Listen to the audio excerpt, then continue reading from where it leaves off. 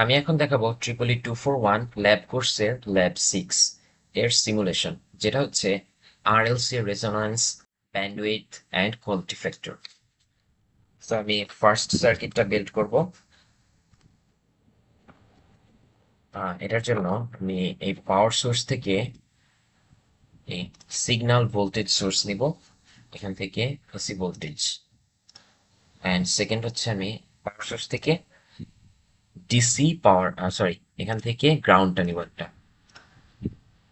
এরপরে আমার একটা ক্যাপাসিটর নিতে হবে, সো আমি বেসিক থেকে ক্যাপাসিটর নেব, যেটার ভ্যালু হচ্ছে 0.1 মাইক্রোফ্যারাড। এরপরে আমাকে একটা ইন্ডাক্টর নিতে হবে, যেটার ভ্যালু 330 মাইক্রো হেনরি।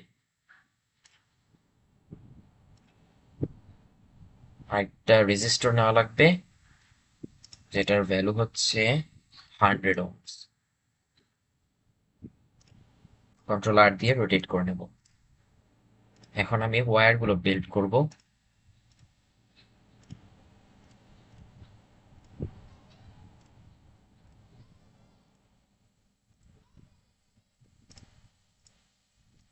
গ্রাউন্ডটা কানেক্ট করে দেবো একবার, একটু মিলিয়ন, সরি, এইখানটাতে সোর্সের ভ্যালু হচ্ছে 3 ভোল্ট পিক, ফ্রিকোয়েন্সি দেওয়া হচ্ছে 1 কিলোহার্টজ। আর কোনো কিছু চেঞ্জ করা লাগবে না। সো একবার একটু ম্যাচ করে নিই। 3 volt peak, 1 kilohertz frequency, 0.1 microfarad, 330 micro henry and 100 ohm resistor.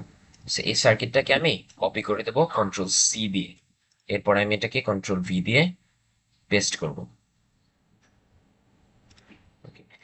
এখন আমি সেকেন্ড সার্কিটটাতে এই যে রেজিস্টরের ভ্যালুটা 200 করে দেব।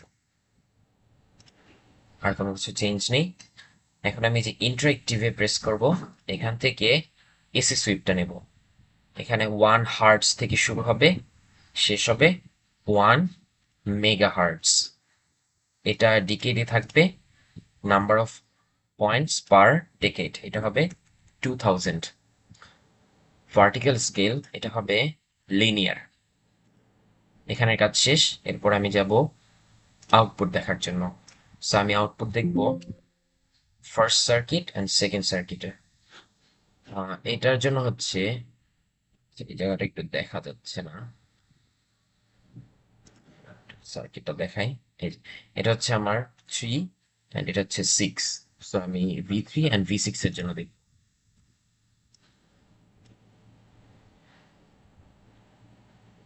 এখানে আউটপুটে যে আমি V3 অ্যান্ড V6 এই দুটা নেব, এরপরে রান দেব। আমার দেখা লাগবে শুধু ম্যাগনিটিউডটা, ফেজটা আমার লাগবে না। আমি এই যে এটাকে ব্যাকগ্রাউন্ডটা হোয়াইট করে দেব। এরপরে আমার এই যে এটা লাগবে না, তো আমি এটা কেটে দিব। Delete graph. আর এটাকে আমি কপি করে দেব, রাইট প্রেস করে কপি গ্রাফ, দেন এখানে পেস্ট গ্রাফ করে দেব। এটাকে আমি একটু লম্বা করে দেব দেখার জন্য।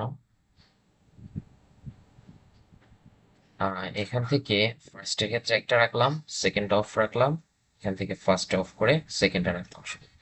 দেন এটাকে সিলেক্ট করে একটু অটো জুম প্রেস করে দেব, সেকেন্ডটা সিলেক্ট করে অটো জুম প্রেস করে দেব।